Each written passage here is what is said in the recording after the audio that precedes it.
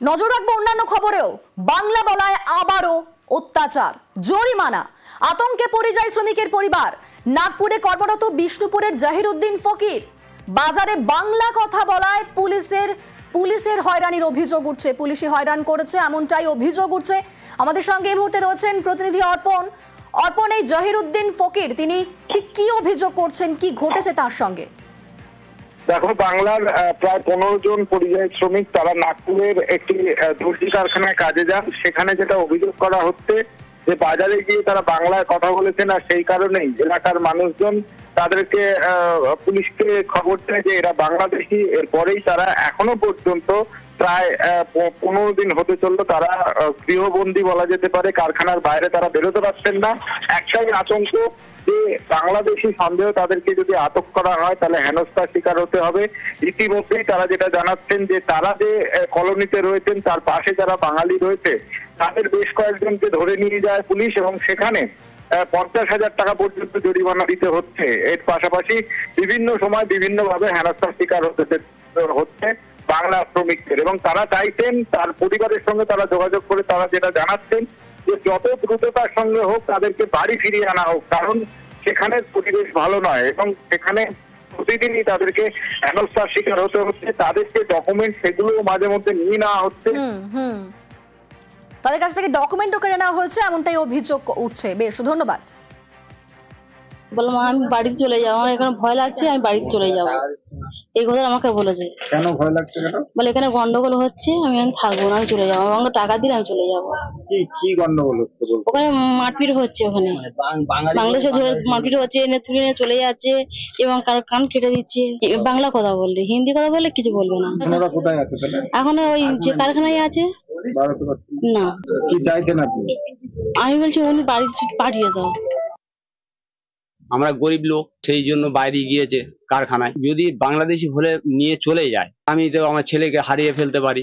তো এখন তো বাংলাদেশি বলে বহুত মারছে। পাশে কারখানাতে কিছু ছেলে মানে ধরে তুলে নিয়ে গেছে, প্লাস তাদের মারধরও করেছে, নাকি 50,000 টাকা করে ফাইন করেছে। এটা ওরা আমাকে বলেছে। এইটা অমিত শাহ এখানে মিটিং করে যাচ্ছে, নরেন্দ্র মোদী এখানে মিটিং করে যাচ্ছে, তাহলে আমরা বাংলা কথা বলি বলে আমাদের কি বাংলাদেশি করে দেবে সব? এটা কিরাম সরকারের নিয়ে গেলে আমরা বুঝতে পারছি না। তাহলে আমি চাইছি আমার ছেলে যাতে বাড়িতে ফিরে আসে, আমি এইটাই আবেদন করছি। বিজেপি শাসিত রাজ্যে বাংলা শ্রমিকদের নির্যাতনে আগেই সরব হয়েছেন মুখ্যমন্ত্রী। বাংলার পরিযায়ীদের পুনর্বাসনে রাজ্যের নয়া প্রকল্প সমষ্টির কথা গত সোমবার ঘোষণা করেছেন মুখ্যমন্ত্রী। বাংলায় ফিরে কাজ না পাওয়া পর্যন্ত প্রতি মাসে 5,000 টাকা, খাদ্যসাথী, স্বাস্থ্যসাথী সহ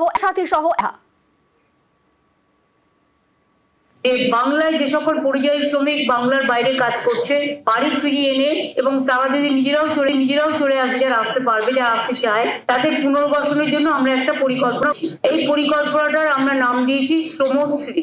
এই প্রকল্পের মূল উদ্দেশ্য পরিযায়ী শ্রমিকদের বাংলায় ফিরিয়ে আনা এবং তাদের জীবিকার জন্য নিজের পায়ে দাঁড়ানোর জন্য সাহায্য করা। যারা ফিরে আসবেন এককালীন ভ্রমণ সহায়তা সহ আমরা 5,000 টাকা দেব। ফিরে আসার পর 12 মাস মানে 1 বছর নতুন কাজের ব্যবস্থা না হওয়া অবধি প্রতি মাসে তাদের 5,000 টাকা করে দেওয়া হবে। ফিরে আসা শ্রমিকদের মধ্যে আমরা দেখব দক্ষতা কার কিভাবে আছে, এবং যদি দক্ষতা থাকে দরকার হলে আমরা তাদের আবার প্রশিক্ষণ দেবো, এই বিভিন্ন কাজে ইনভলভ করবো। এই শ্রমিকদেরও জব কার্ড দেওয়া হবে। আমাদের এখানে সেলফ এমপ্লয়মেন্টে নানা রকম অনেক সহজে লোন দেওয়ার ব্যবস্থা আছে, যেমন মাইনরিটি ডেভেলপমেন্ট কর্পোরেশন সংখ্যালঘু ভাই বোনকে ব্যবসার জন্য লোন দেয়, SC ST OBC development corporation loan দেয়, উদীয়মান স্বনির্ভর কর্মসংস্থান প্রকল্প লোন পাওয়া যায়। হাতে সঙ্গে সঙ্গে খাদ্যসাথী কার্ড, স্বাস্থ্যসাথী তার পরিবারের জন্য কার্ড। তাদের যদি নিজেদের বাড়ি থেকে ঠিক আছে, বাড়ি না থাকলে কমিউনিটি কিচেন সেন্টার। তাদের ছেলে মেয়েরা স্থানীয় যে সমস্ত স্কুলগুলো আছে গভর্নমেন্টের,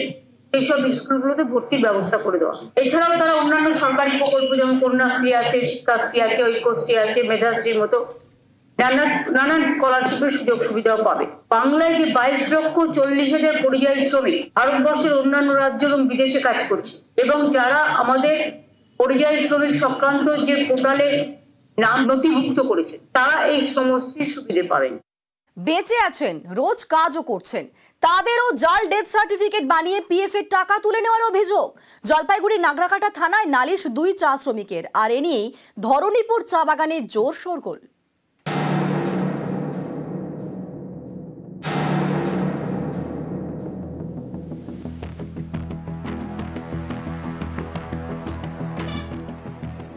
মাসে মাসে বেতন থেকে কাটা হয় পিএফ। অবসরের পর এই টাকা বড় ভরসা।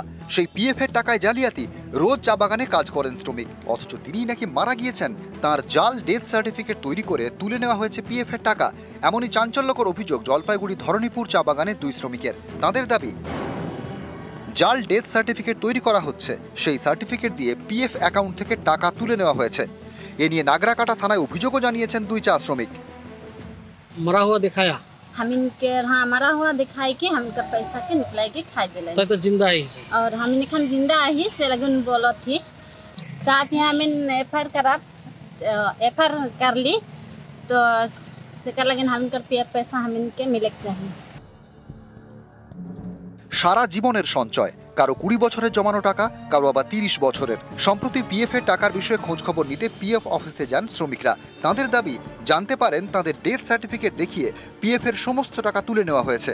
একজন দুজনের নয়, 184 জনের। কারা করলো এই কাজ, তদন্তের দাবি জানিয়েছেন শ্রমিকরা। धरणीपुर में 184 लोगों का डेथ सर्टिफिकेट बना के उनका पीएफ और ईडीएलआई का पैसा निकाल लिया गया बोल के, तो उसी विषय में हम लोग आज जाके थाना में एफआईआर दर्ज करें। कम से कम जो ऐसा जो इतना मतलब घटिया काम किया है उनको अच्छे से अच्छा सजा मिले और उनका जो पैसा निकाल के खा लिया गया है वो पैसा उनको वापस मिले। গত জুন মাসে জলপাইগুড়ি চুনাভাটি চা বাগানে পিএফ এর টাকা তছরূপের অভিযোগ ওঠে। কেরন চা বাগানেও একই অভিযোগ ওঠে। এবার জাল ডেথ সার্টিফিকেট তৈরি করে পিএফ এর টাকা তুলে নেওয়ার অভিযোগ ধরণীপুর চা বাগানে। জলপাইগুড়ি থেকে রকি চৌধুরী, নিউজ 18 বাংলা। বাংলার বাড়ি 2 কিস্তির টাকায় 2টি বাড়ির অর্ধেক তৈরিও হয়ে গিয়েছে। দুটোই ভেঙে দিল রেল। তাদের দাবি, রেলের জমিতে তৈরি করা হচ্ছিল, তাই ভেঙে দেওয়া হয়েছে। কিন্তু রেলের জমিতে আবাসের বাড়ি তৈরি হচ্ছিল কিভাবে মিলল ছাড়পত্র, উঠছে সেই প্রশ্ন।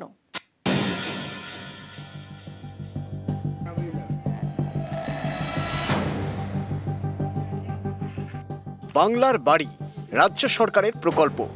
পাকা বাড়ি তৈরি করতে গরিবদের টাকা দিচ্ছে রাজ্য সরকার। অভিযোগ, সেই বাড়ি তৈরি হয়েছে রেলের জমিতে। অভিযোগ পেয়ে মঙ্গলবার 2টি বাড়ি ভেঙে দেয় রেল। আলিপুরদুয়ার 1 নম্বর ব্লকে বিবেকানন্দ 2 নম্বর গ্রাম পঞ্চায়েত। এখানে উত্তর জিতপুর, আলিপুরদুয়ার স্টেশন লাগোয়া এলাকা। অনেকের মতো এখানকার 2 বাসিন্দাও বাংলার বাড়ি প্রকল্পে আবেদন করেন। সেই আবেদন মঞ্জুর হয়। 2 কিস্তির টাকায় অর্ধেকের বেশি বাড়িও তৈরি করে ফেলেছেন, সেটাও রেলের জমিতে। এই অভিযোগ পেয়ে মঙ্গলবার বাড়ি ভেঙে দেয় রেল কর্তৃপক্ষ। रेलवे की किसी भी ज़मीन को अवैध निर्माण नहीं किया जा सकता है। अगर ऐसी कोई जानकारी रेलवे को मिलती है तो हम लोग उसकी जांच करवाते हैं और अगर ऐसा कोई मामला सामने आता है तो उसमें फिर एक्शन लिया जाता है और उस अवैध निर्माण अगर कहीं होने की संभावना या हो रहा होता तो उसको रोक करके उसको ध्वस्त किया जाता है। এই টাকা দিয়ে আমরা যখন গৃহ নির্মাণ করা শুরু করি তখন এই রেল কর্তৃপক্ষ এসে আমাদের ভেঙে দিচ্ছে, বলে না করা যাবে না, এইভাবে থাকা যাবে না, থাকতে পারবেন না। এই সামান্য টাকা নিয়ে আমরা কি বিল্ডিং করছি যে আমরা থাকতে পারবো না? আমাদের তো এই সামান্য টাকা নিয়ে সামান্য বাড়িটুকুই হবে, কিন্তু রেল আমাদের করতে দিচ্ছে না। আরপিএফ এসে রেলের থেকে ভেঙে দিল। কেন? কেন কি মমতা দিদি আমাদেরকে ঘর দিয়েছিল, উনি বলছিল যে বানাইতে, যে টাকা করে বানাও, ফুল না বানাইলে টাকা দিব না দুবারা। তাহলে তারপরে আমরা বানালাম। এখন এতদিন ভাঙলো না, যখন কমপ্লিটের পক্ষে আসছে তখন ভাঙলো, তো এখন আমরা থাকবো কোথায়? বাংলার বাড়ি প্রকল্পে টাকা পেতে হলে আবেদনকারীকে নিজের জমি এবং জমির কাগজ দেখাতে হয়। সেই নথি যাচাইয়ের কাজ করেন ব্লক প্রশাসনের আধিকারিক এবং গ্রাম পঞ্চায়েতের কর্মীরা। সেই কাজ কি তারা ঠিকমতো করেননি? তাই কি রেলের জমিতেই বাংলার বাড়ি করার ছাড়পত্র?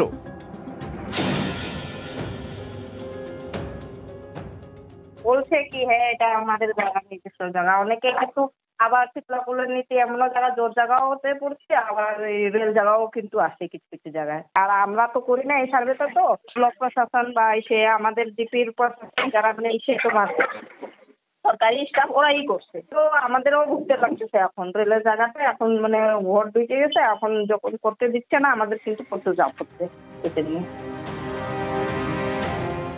আলিপুরদুয়ার থেকে রাজকুমার কর্মকার, নিউজ 18 বাংলা।